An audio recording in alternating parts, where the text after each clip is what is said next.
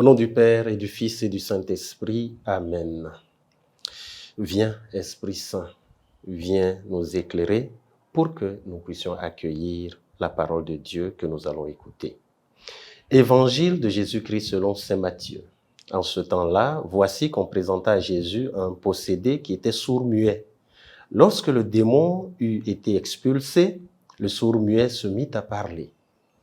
Les foules furent dans l'admiration et elles disaient « Jamais rien de pareil ne s'est vu en Israël. » Mais les pharisiens disaient « C'est par le chef des démons qu'il expulse les démons. » Jésus parcourait toutes les villes et tous les villages, enseignant dans leurs synagogues, proclamant l'évangile du royaume et guérissant toute maladie et toute infirmité. Voyant les foules, Jésus fut saisi de compassion envers elles, parce qu'elles étaient désemparées et abattues, comme des brebis sans berger.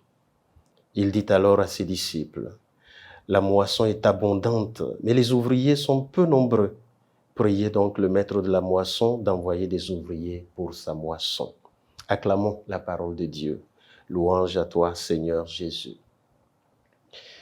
Aujourd'hui, nous sommes le mardi 5 juillet 2022 de la 14e semaine du temps ordinaire de l'année C. Aujourd'hui encore, le Seigneur s'adresse à nous et il le fait comme à son habitude, pas seulement par des paroles, mais à travers des gestes concrets. Et aujourd'hui, c'est à travers la guérison d'un sourd-muet qui était de surcroît possédé. Et Jésus, non seulement chasse l'esprit mauvais, mais aussi délivre ce sourd-muet de sa surdité et qu'il commence à parler. On voit bien donc ce Jésus qui, comme dit la foule, n'a pas son pareil en réalité. Il fait des choses pas seulement pour le merveilleux, pas seulement parce que c'est extraordinaire, mais c'est bien plus profond, c'est très profond. Tout simplement, on peut dire que Jésus a pouvoir sur le mal qui nous assaille, le mal qui nous domine, le mal qui nous abat souvent et qui veut nous détruire. Eh bien, avec Jésus, nous avons le pouvoir de le surmonter parce que Jésus lui-même, eh bien, a réussi justement à faire faillir ce mal-là qui n'a plus de force. Et nous le voyons bien dans ce que le Seigneur réalise. Et Jésus, il corrige même les conséquences du péché et du mal. Il est le seul à pouvoir le faire. Et c'est pour ça que les apôtres, après avoir expérimenté la proximité de Jésus, n'ont pas pu s'empêcher de conclure « celui-là est le Fils de Dieu ». Parce qu'il n'y a que Dieu qui soit capable de faire ce qu'il fait là. Dominer le mal au point de réduire à néant ce mal-là, ça, il n'y a que Dieu pour pouvoir le faire. Conclusion, on peut affirmer sans se tromper que Jésus est vraiment Fils de Dieu parce qu'il le démontre. Il n'est pas là pour égayer les gens par des miracles, mais il est là pour sauver l'être humain. Et c'est ce qu'il réalise à travers ce signe qu'il a fait. Et également, nous voyons bien Jésus qui nous invite à avoir la capacité de l'admiration. Mes frères, mes sœurs, il faut savoir admirer dans la vie. Admirer et non envier.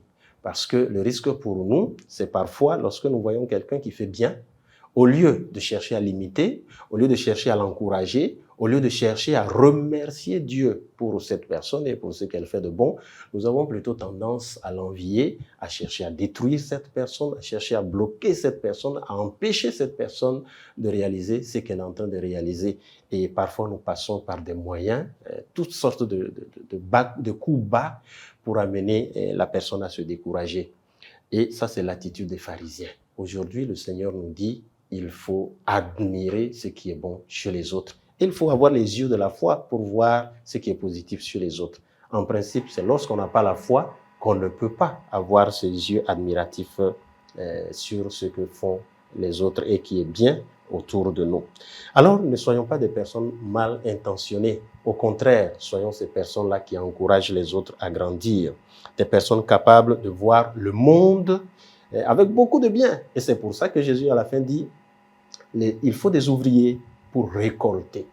S'il n'y avait rien de bon, il n'y aurait rien à récolter. Il n'a pas dit qu'il faut semer, il faut moissonner. Ça veut dire qu'il y a beaucoup de bonnes choses dans le monde. Alors, je me pose une question. Si nous ne voyons que le démon partout, est-ce que nous ne sommes pas pharisiens? Est-ce que nous sommes capables de voir encore Dieu à l'œuvre? Certes, il y a le mal, nous ne l'ignorons pas. Mais il n'y a pas que le mal. Il y a beaucoup de bonnes choses que nous sommes appelés à récolter. Alors, voyons chez les autres tout ce qu'il y a de bon, admirons-le et récoltons-le. Que le Seigneur nous donne cette force maintenant et pour les siècles des siècles, au nom du Père, du Fils et du Saint-Esprit. Amen.